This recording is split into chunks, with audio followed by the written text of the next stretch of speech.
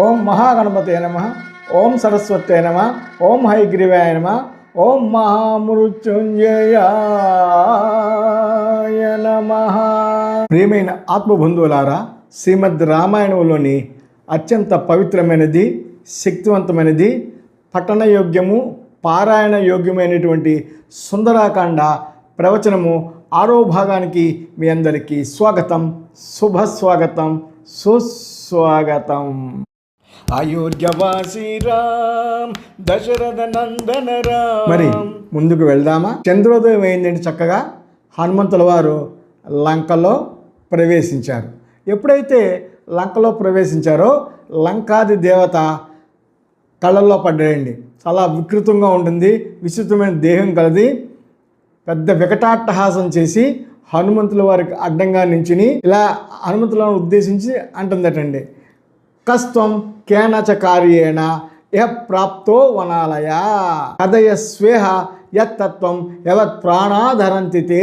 ఓ వనవాసి, నువ్వు ఎవరు, ఎందుకు వచ్చావు, నీ ప్రాణాలు పోకముందే అన్నీ నాకు వివరంగా చెప్పు. కస్త్వం అంటే నువ్వెవరు, కేనచ కార్యాన్ని యః ప్రాప్త, ఏ కార్యం మీద ఇక్కడికి వచ్చావు. అంతేకాకుండా హనుమంతుల వారిని వనాలయ, వనవాసి అని కూడా సంబోధించడం జరిగిందండి. నీ ప్రాణాలు ఉండగానే సత్యం చెప్పు. రావణ సైన్యంచే రక్షింపబడుతున్న ఈ లంకలోకి నన్ను దాటి ఎవరూ ప్రవేశింపలేరు, చెప్పు అని గద్దించిందండి. నువ్వెవరో చెప్పు అని చెప్పి అప్పుడు హనుమంతుల వారు చెబుతా కానీ కాత్వం విరూపనైనా, భయంకరంగా కనిపిస్తున్న నువ్వెవరు, నన్ను ఎందుకు అడ్డగిస్తున్నావు లంకలోకి వెళ్లకుండా, ముందు ఆ విషయం చెప్పు అన్నట్టండి. అంటే సమాధానం చెప్పకుండా ఎదురు ప్రశ్న వేశాడు ఏంటండి. అప్పుడు లంకిని ఇలా చెప్పిందండి, అహంతు నగరి లంకా స్వయమేవ ప్లవంగమా. ఓ వానరుడా, నేను లంకా నగరాన్ని, ఈ లంకను నేను రక్షిస్తూ ఉంటాను. నువ్వు అడిగావు కాబట్టి నేను విషయం చెప్పాను. ఇప్పుడు నువ్వు చెప్పు, నువ్వెవరు, నీ ప్రాణాలు నా చేతుల్లోనే ఎగిరిపోతాయి అని చెప్పి హోంకరిస్తూ ఘేంకరిస్తూ అడిగిందంటండి. అప్పుడు హనుమంతుల వారు, అబ్బాయి ఏమీ లేదు, ఈ లంక చూస్తానికి చాలా అందంగా ఉంది, ఎంతో అద్భుతంగా ఉంది, ఆ బురుజులు చూడు, ఆ ప్రాకారాలు చూడు, ఎంత అద్భుతంగా కనబడుతున్నాయి, ఒక్కసారి చూసి వెళదామని వచ్చాను, అంతకంటే ఏమీ లేదు అని వినయంగా చెప్తారండి. ఇప్పుడు లంకినికి బాగా కోపం వచ్చిందండి. ఒరి నీ మతిమండ, నన్ను దాటి ఎవరు లంకలోకి జయించలేరు, నీకేమి నేను చెప్పింది అర్థం కావట్లేదా అని మరొకసారి చాలా గట్టిగా హనుమంతులకి చెప్పడం జరిగిందంటండి. ఇప్పుడు హనుమంతులు, హే శుభప్రద, నేను చెప్పేది నమ్ము, నేను ఏమీ చేయను, ఎలా వచ్చానో అలాగే వెళ్ళిపోతాను, ఒక్కసారి చూసి మళ్ళీ వచ్చిన దాంట్లో నేను వెళ్ళిపోతాను, నన్ను నమ్ము అని చెప్పడం జరిగిందండి. అప్పుడు లంకినికి చాలా కోపం వచ్చిందండి, క్రుద్రాలు అయిపోయిందంటండి. పిడికిలు బిగించి హనుమంతుల వారిని ఒక్కసారి చరిచిందటండి. ఆ దెబ్బకి వాయునందుడు పెద్దగా శబ్దం చేశాడటండి. వెంటనే ఎడమ చేయి బిగించి ఆ పిడికిలతో సాసిపెట్టి ఒక్కడు కొట్టాడటండి. ఆ దెబ్బకి లంకిని గిరగిరా తిరిగి కళ్ళు తేలేసి దభీమని కింద పడిపోయిందంటే, చీ అనవసరంగా అబలను కొట్టాను అని హనుమంతు వారు స్వాగతంగా అనుకున్నాడటండి. ఆ ఒక్క దెబ్బకే లంకిని భయపడిపోయిందంటండి. లంకిని గర్వంతా గాలిలోకి కలిసిపోయిందండి. గద్గద స్వరంతో, హరిసత్తమ దయపెట్టు, నన్ను కాపాడు, ఏ మహాప్రభో, ఏ మహాబాహో, స్త్రీని వధించకూడదనే నియమం నీకు తెలియదా, ఆ నియమాన్ని నీలాంటి వీరులు దాటవచ్చా. ఓ కపివరా, నేను లంకిని, నీవు మహాపరాక్రమవంతుడివి, పైగా నువ్వు నన్ను ఓడించావు, నీకు ఇప్పుడు ఒక విషయం చెప్తాను విను. ఏం చెప్పిందో చూద్దామని. లోకడ బ్రహ్మదేవుడు నాకు ఒక విషయం చెప్పాడు, ఏ రోజైతే ఒక వానరుడు నిన్ను జయిస్తాడో ఇహ ఆ రోజుతో రాక్షసుల ఆయు మూడినట్లే. ఇప్పుడు నువ్వు నన్ను జయించావు, ఇక నేను చూడాల్సింది ఆ బ్రహ్మదేవుడు చెప్పింది చూడాలంతే. అయినా బ్రహ్మదేవుడు చెప్పిన తర్వాత అవ్వకుండా ఉంటుందా? సీత కారణంగా రావణునికి, వాడి కారణంగా ఈ రాక్షసులందరికీ ఉపద్రవం చుట్టుముట్టింది. ఇంకా చూస్తావేం, వెళ్ళు, లంకలోకి వెళ్ళు, సీతని చూడు, చేయాల్సిందని చెయ్యి అని స్వాగతించిందటండి. నీకు తెలియదులే కపివరా, నందికేశుని శాపం ఇది. నీకే విధమైన అడ్డంకి లేదు, నీ ఇష్టం వచ్చినట్టు తిరుగు, సీత ఎక్కడుందో తెలుసుకో అని లంకిని ద్వారాలు మొత్తం అంతా హనుమంతుల వారికి తెలిసిందండి. ఇక్కడ కాస్త డివేట్ ఏం కాదు, చిన్న విషయం చెప్దాం అనుకుంటున్నాండి. పెద్దవారితో భాషణము, వారి యొక్క దర్శనము, వారితో స్పర్శ, ఇవన్నీ కూడా గొప్ప అనుభూతిని, దివ్యాంత సంభూతిని ఇస్తామంటండి. అందుకే ఏమంటారంటేనండి, దర్శనం పాపనాశనం, సంభాషణం సంకటనాశనం, స్పర్శనం కర్మ విమోచనం. ఈ మూడు కూడా లంకినికి ఇక్కడ లభించాయండి. హనుమంతుల వారి దర్శనం జరిగింది, పాప విమోచనం అయింది. హనుమంతుల వారితో మాట్లాడడం జరిగింది, సంభాషణం, దాంతో సంకట నాశనం అయింది. స్పర్శనం లాగిపెట్టి ఒకటి ఇచ్చాడటండి, దాంతో స్పర్శ కూడా, హనుమంతుల వారి స్పర్శ కూడా అయింది.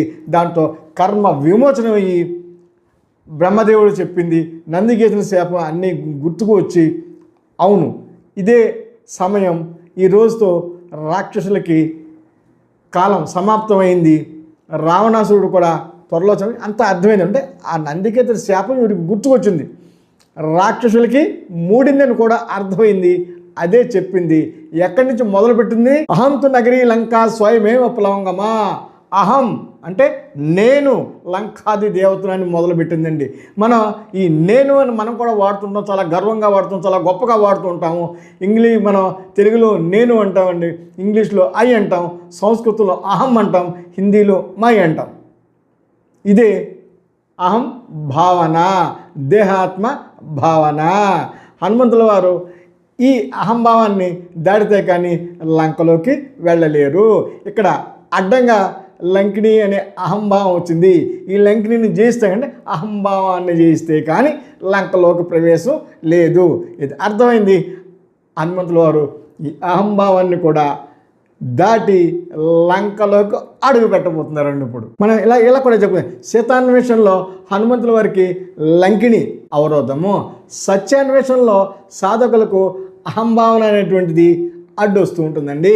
లంకిని జయించినదే హనుమంతుల వారు ఏ విధంగా లంకలోనికి ప్రవేశించలేరో, అలాగే అహంభావాన్ని పోగొట్టుకోనిదే సాధకుడు అంతర్ముఖుడు కాలేడు అని మనం ఇక్కడ అర్థం చేసుకోవాలండి. దేహాభిమానం గలవారు అవ్యక్త రూపమైనటువంటి ఆత్మను దర్శింపలేరు. ఇక్కడ భగవద్గీతలో భక్తి యాగంలో 12వ అధ్యాయంలో 5వ శ్లోకం అదే చెప్తుందండి. క్లేశోధికతరస్తేషాం అవ్యక్త సచ్చేసాం అవ్యక్తా హి గతి దుఃఖం దేహవద్భి రవాప్యతే. అంటే ఇక్కడ మనం తెలుసుకోవాల్సింది ఏంటంటే అండి, అవ్యక్తమైన ఆత్మయందు మనసు నిలిపేవారికి కష్టం అధికంగా ఉంటుంది. ఎందుకంటే అవ్యక్తమైన పరబ్రహ్మము దేహాభిమానులకు అతి కష్టం మీద మాత్రమే లభిస్తుంది, పొందబడుతుంది అని మనం అర్థం చేసుకోవాలండి. ఆత్మ అంటే అవ్యక్తమైనది, బయటికి ఏం కనబడదండి. దానిని దేహాభిమానం గలవారు పొందాలంటే మాత్రం కష్టతరము అవుతుంది. ఇది భగవద్గీతలో చెప్పడం జరిగిందండి. హనుమంతుల వారు మహేంద్రగిరి నుంచి ఎగిరినప్పటి నుంచి ఇప్పటి వరకు 3 విఘ్నాలని ఎదుర్కొన్నాడండి. మొదటిది సురస, ఆకాశంలో చెరుస్తుంది, మనసుకు సంగీతము ఉన్నతంగా కనిపించేది. అలాగే సింహిక, ఇది నీటిలో సంచరిస్తుంటుంది, అగాధంలో చూస్తుంది, ఇంద్రియాలకు సంకేతము. అలాగే లంకిని నేల మీద సంచరిస్తుంది, పాంచ భౌతిక శరీరానికి ప్రతిరూపము. ఈ రెండింటికి మధ్యలో ఇది ఉంటుందన్నమాట. ఈ మూడింటిని జయించిన వారికే సీతమ్మ వారి అంటే ఆత్మ దర్శనము అవుతుంది అని మనం విశ్లేషించుకోవాలండి, తెలుసుకోవాలి.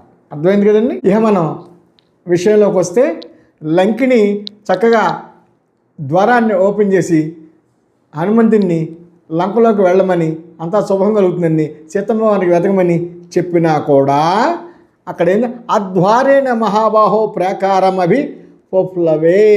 అంటే అద్వారేణ అంటే ద్వారంలోంచి కాకుండా, అద్వారేణ అంటే గోడ దూకి. ఈ మహాభావమైనటువంటి హనుమంతుల వారు స్వేచ్ఛ లభించినా కూడా గోడ దూకి లంకలోకి ఎడమ కాలు పెట్టి ప్రవేశించాడని చెప్పి వాల్మీకి వారు ఇక్కడ చెప్పడం జరిగిందండి.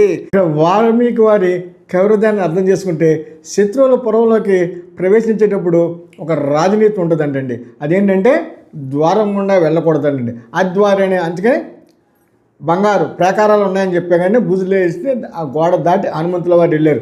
ఎలా వెళ్ళారు?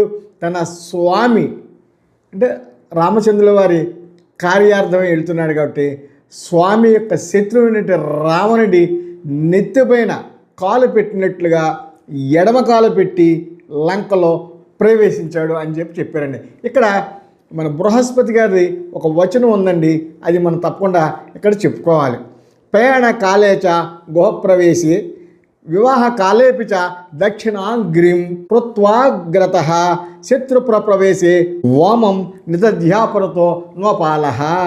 ఇది బృహస్పతి వాచనం అంటారండి. అంటే దీని అర్థం ఏంటంటే ప్రయాణాలు చేసేటప్పుడు, గృహప్రవేశాలప్పుడు, వివాహ కాలాలప్పుడు మనం దక్షిణాంగం అంటే కుడికాలు పెట్టి ప్రవేశించాలి అని చెప్పి శాస్త్రం బృహస్పతి వాచనం చెప్తున్నాము. కానీ ఇక్కడ దానికి విరుద్ధంగా రావణుడు శత్రువు కాబట్టి శత్రుపురంలో ప్రవేశిస్తున్నాడు కాబట్టి అది కూడా ఎడమ కాలు పెట్టి, అంటే అశుభం రావణుడికి అశుభం కలగాలని, తన ప్రభువు సుగ్రీవుడికి విజయం కలగాలని, తన స్వామి రావణుడి వారికి విజయం కలగాలని హనుమంతుల వారు ఈ విధంగా ఈ లంక నగరంలోకి ఎడమ కాలు పెట్టి ప్రవేశించాడని చెప్పేసి వాల్మీకి వారి యొక్క కవి హృదయం.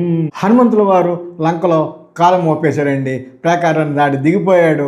సీతాన్వేషణలో ఇది ఒక ముఖ్యమైన ఘట్టము. హనుమంతుల వారికి తప్పకుండా సీతా దర్శనం అవ్వాలని, రామకార్యం జయప్రదం కావాలని మనం కూడా కోరుకుందాం. రామ రామ రామ రామ రామ రామ శ్రీరామ రామ రామ రామ రామ రామ రామ రామ రామ రామ రామ రామ రామ రామ రామ శ్రీరామ రామ రామ రామ రామ రామ రామ రామ రామ. జై శ్రీరామ్. హనుమంతుల వారు లంకారంలో కాలు పెట్టడం జరిగిందండి. ఇదివరకు మనం గతంలో చెప్పుకున్న లంకా నగరం యొక్క శోభాది అంతా కూడా దూరం నుంచి హనుమంతుల వారు వీక్షించి తన మనసులోని భావనలన్నింటినీ చెప్పుకోవడం జరిగింది. ఇప్పుడు ప్రత్యక్షంగా హనుమంతుల వారు ఆ వీధుల్లో చిన్నవాడై సంచరిస్తూ వాటన్నింటిలో అబ్జర్వ్ చేస్తున్నాడండి. ఎంతో అద్భుతంగా, ఎంతో సుందరంగా ఉందటండి ఆ లంకానగరం. ఏ గృహాన్ని చూసినా కూడా లోపలి నుంచి సుశ్రవమైనటువంటి సంగీతాలు అవి వినపడుతున్నాయటండి. అలాగే బాగా డబ్బున్న వాళ్ళ ఇళ్లలోంచి స్త్రీలు నడిస్తే వచ్చే కాలే అందెల మొవల శబ్దాలు, వడ్డాణం, దాని మొవల శబ్దాలు, అనేక రకాలైనటువంటి రాక్షసులు అక్కడ తిరుగుతూ ఉన్నారటండి. కొందరు ఎగ్జిబిషన్లో ఉండి హోమాలయ చేయడానికి తయారవుతున్నారండి. కొంతమంది ముననం చేయించుకుని దర్బలు పట్టుకు తిరుగుతున్నారండి. కొంతమంది వేదాలు చదువుతూ ఒక పక్కన కూర్చుని దీక్షలో ఉన్నారటండి. ఈ లంకానగరం మధ్యలో దాదాపుగా 1,00,000 మంది సైన్యం పహారా కాస్తున్నారటండి. ఇంకో పక్క వేదఘోష, యజ్ఞ యాగాదులు జరుగుతున్నట్లుగా సుస్వరమైనటువంటి మంత్రాలు వినబడుతున్నాయటండి. తల ఎత్తి పర్వత శిఖరంపై అత్యంత సుందరంగా, అద్భుతంగా కనిపిస్తున్నటువంటి రావణుని మందిరాన్ని చూశాడటండి. అది స్వర్గంలో ఉందటండి. సుందరమైనటువంటి బంగారు తోరణాలు వేలాడగట్టి శోభిస్తూ ఉందటండి. నెమ్మదిగా ఆ రావణుని భవనంలోకి హనుమంతుల వారు ప్రవేశించారటండి. ఆ భవన ప్రాకారాలంతా కూడా బంగారంతో చేశారటండి. ఎటు చూసిన చక్కటి వాస్తు కనపడుతుందంటండి. మీకు విషయం తెలిసిన, రావణుడు మహాద్భుతమైన శివభక్తుడండి. అద్భుతమైనటువంటి మంత్రోచ్చారణ అవన్నీ చేస్తూ ఉంటాయండి. గొప్ప తపస్సంపన్నుడు. ఇన్ని చేస్తున్నా కూడా ఎందుకు చనిపోయాడు, ఎందుకు నాశనమైనటువంటి అధర్మాచరణమే. అక్కడి నుంచి నెమ్మదిగా కదులుతూ రావణుడి సభాభవనంలోకి హనుమంతుల వారు ప్రవేశిస్తున్నారండి. కరెక్ట్గా హనుమంతుల వారు రావణ సభా మండపంలోకి ప్రవేశించే సమయానికి చంద్రుడు ఆకాశం మధ్యలో కూర్చున్నాడండి. అద్భుతంగా ప్రకాశిస్తున్నాడండి. ఇక్కడ కవి హృదయాన్ని మనం తెలుసుకుందాం. హంసో యథా రాజత పంజరస్థ, సింహో యదా మందర కందరస్థ, వీరో యదా గర్విత కుంజరస్థ, చంద్రో విభభ్రాజ తదాంబరస్థ. చంద్రుడు ఎలా ఉంటాడంటే వర్ణన అనమాటనే, వెండి పంజరంలో ఉన్న హంసలాగా, మందర పర్వత గుహలో ఉన్న సింహంలాగా, మదపటేనుగు పైన ఉన్న వీరులాగా ఆకాశ మార్గాన్న చంద్రుడు వెలిగిపోతున్నాడటండి. షోడశ కళ పరుపునేటువంటి చంద్రుడు వాడైన కొమ్ములు గల ఆబోతులాగా, ఎత్తైన శిఖరాల గల శ్వేతగిరిలాగా, బంగారు తొడుగు కలిగిన దంతాలు కలిగిన ఏనుగులాగా ఆకాశంలో వెలిగిపోతున్నాడు. ఇది ఆ చంద్రుడిని వర్ణించడం కోసం అద్భుతంగా వాల్మీకి వారు వర్ణించారండి. ఎందుకంటే మీకు ఇది కూడా చెప్పాను, చంద్రుడు వారు సాక్షాత్తు లక్ష్మీదేవి యొక్క సోదరుడు. అంచేత చంద్రుడు కూడా హనుమంతుల వారికి చక్కగా సహాయం చేయడానికి సంకల్పించాడని మనం ఆ రకంగా హృదయాన్ని అర్థం చేసుకోవచ్చండి. సరిగ్గా ఇదే సమయానికి రాక్షస సంచారం మొదలైందటండి. మత్తులో ఒళ్ళు తెలియక చరుచుకుంటున్న వాళ్ళు, వికవిక పక్కపక్క నవ్వుతున్న వాళ్ళు, కోపంతో నిట్టూరుస్తున్న వాళ్ళు, తేలేడల అసభ్యంగా అది అసభ్యం అని తెలియకుండా అసభ్యంగా ప్రవర్తిస్తున్న వాళ్ళు, రథ గజ భద్ర గజాలపై తిరుగుతున్న వాళ్ళు, ఇంకో పక్కన మాంసభక్షం చేస్తున్న రాక్షసులు, ఇలా అందరినీ చూసుకుంటూ అలా వెళ్ళిపోతూ ఉన్నాడు హనుమంతుల వారు. అలాగే సుందర దేహం కలిగినటువంటి ఎందరో స్త్రీలను చూసేటంటి అలా నెమ్మదిగా వెళ్తూ వెళ్తూ వెళ్తూ అక్కడ ఉన్నటువంటి రావణుడి అంతఃపురంలోకి ప్రవేశించాడటండి. అక్కడంతా కూడా అందమైన స్త్రీలు ఉన్నారటండి. వారి ఆభరణాల నుంచి వచ్చే సునాదాలన్నీ కూడా శ్రావ్యంగా ఉన్నాయటండి. అక్కడి నుంచి నెమ్మదిగా ప్రహస్తుని భవనం మీదికి, అక్కడి నుంచి మహాపారుషుని భవనం మీదకి, అక్కడి నుంచి విభీషణుని భవనం మీదికి ఇలాగా ఒక్కొక్కటి చూసుకుంటూ చివరికి రావణుని సైన మందిరానికి హనుమంతుల వారు వచ్చారండి, చేరుకున్నారండి. అక్కడ ప్రియమైన ఆత్మబంధువులారా, సమయాభావం వల్ల ఈ ఎపిసోడ్ని ఈరోజు ఇక్కడితో ముగిస్తున్నాను. రామ రామ రామ రామ రామ రామ శ్రీ రామ రామ రామ రామ రామ రామ రామ రామ రామ రామ రామ రామ ఓం తత్సత్.